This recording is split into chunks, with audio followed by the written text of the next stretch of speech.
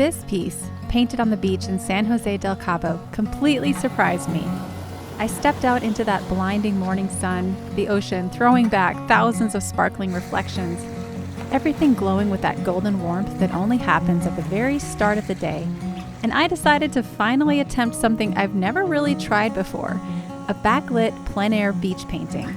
The kind where you can barely see, your eyes are squinting, you're switching from looking at your paper in the shade to being blinded by the light, and you just have to trust the process. And yes, I recorded the entire thing so you can come along on this plein air adventure with me. So come set up on the beach with me, tripod on the rocks, waves splashing all around, and let's see if we can capture that fleeting, sun-drenched magic together.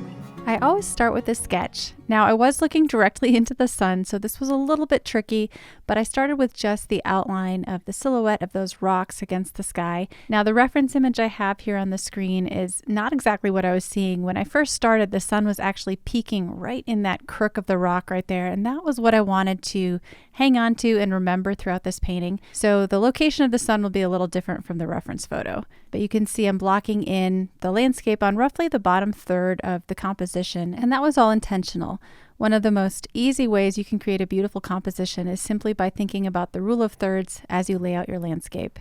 So I'm just erasing, touching up, making sure that the sketch is right before I get started with my paint. You want to have a good foundation before you lay down the paint because it's a lot harder to change it once you start painting. I spray my paints with my spray bottle so that they're creamy and ready to use. And then I start with the sky. I'm applying clear water first using my largest travel brush. And then I'm grabbing cerulean and painting that in a soft wash, allowing gravity to pull the color down, mixing in some yellows. Something you'll notice about morning skies is that there's a lot of yellow in the horizon, and I definitely noticed that before I started painting here. And then I applied some cerulean as a first wash to the rocks and to the water. There's a little bit of yellow mixed in with that as well. And wet into a wet, I applied some first gray washes in the rocks and shadows cast by the rocks, and I make sure to leave the paper dry in a nice bright white spot where the sun will be peeking through between those rocks in the middle of the composition.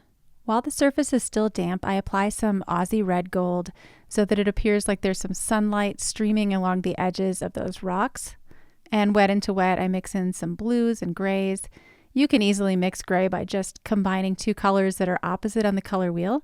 I use some dry brush technique to scrape my brush across the surface of the water, creating that effect of glimmering light and sparkling waves coming into the shore.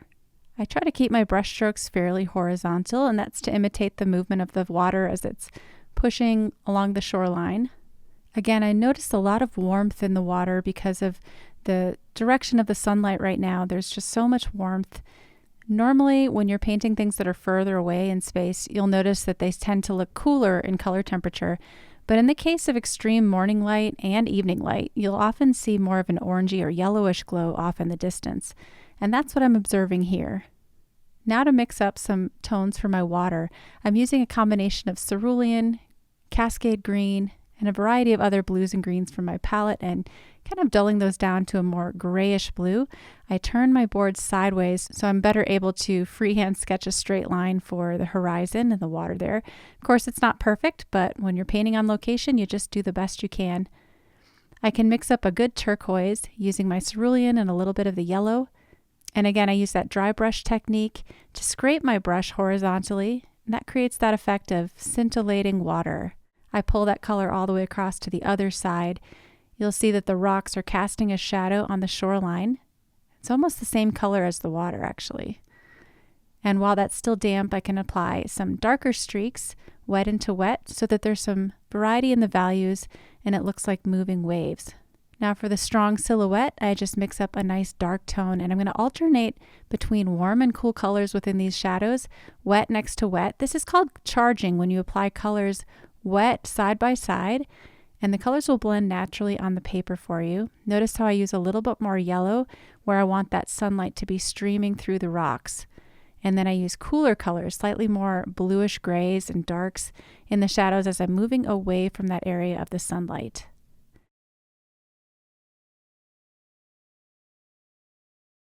I try to negative paint around the tops of each of these rocks You can imagine the sunlight is catching on those little ridges there. So I'm carefully painting around those little edges, keeping them nice and bumpy so that it looks like there's some variety in the rock shapes. And again, alternating between warm and cool colors, blues, greens, grays, purples, reds, but all within the same dark value. This gives shadows, beauty, and variety. If you apply brushstrokes with wet paint side by side in varying colors, it can look so beautiful in the rocks and shadows. And then while those areas are still wet, you can apply darker streaks for cracks and details. This is a dark turquoise I'm using to paint the edge of the water as it's moving along the shore.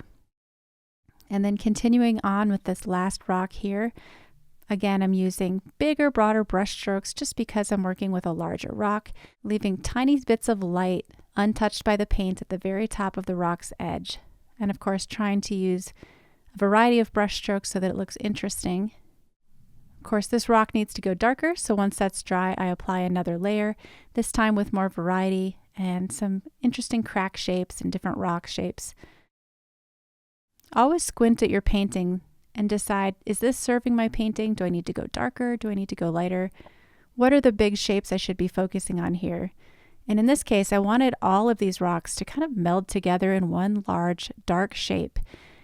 But of course, those little strips of light at the top are helping point our eyes towards the sunlight, which is where we want the viewer's eyes to be looking.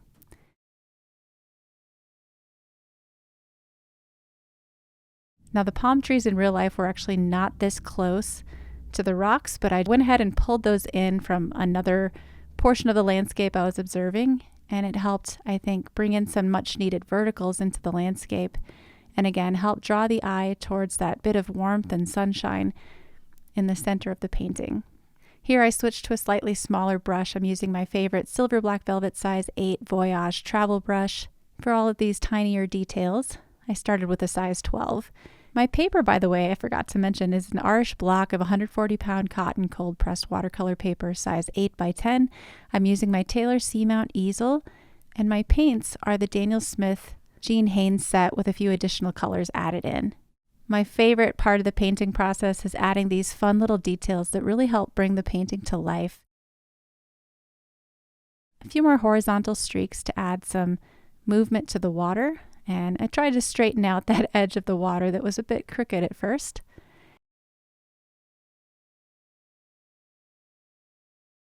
Now for some final details, I'm adding some white gouache, little sparkles and bits of water. And I think that really helps pull it all together. And here's the finished painting.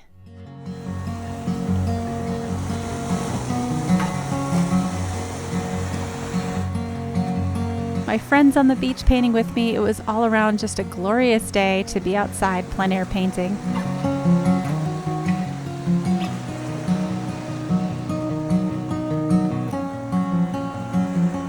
Thanks again for watching. I hope you enjoyed this video. I'll see you in another tutorial.